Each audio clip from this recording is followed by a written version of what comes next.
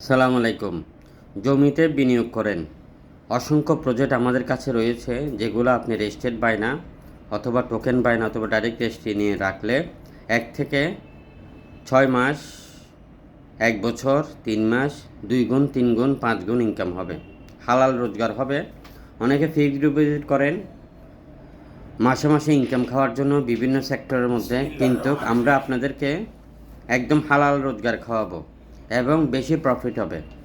বিনিয়োগ আপনার নামে হবে, গ্যারান্টি কোম্পানি নিবে, প্রফিট আপনি নেবেন।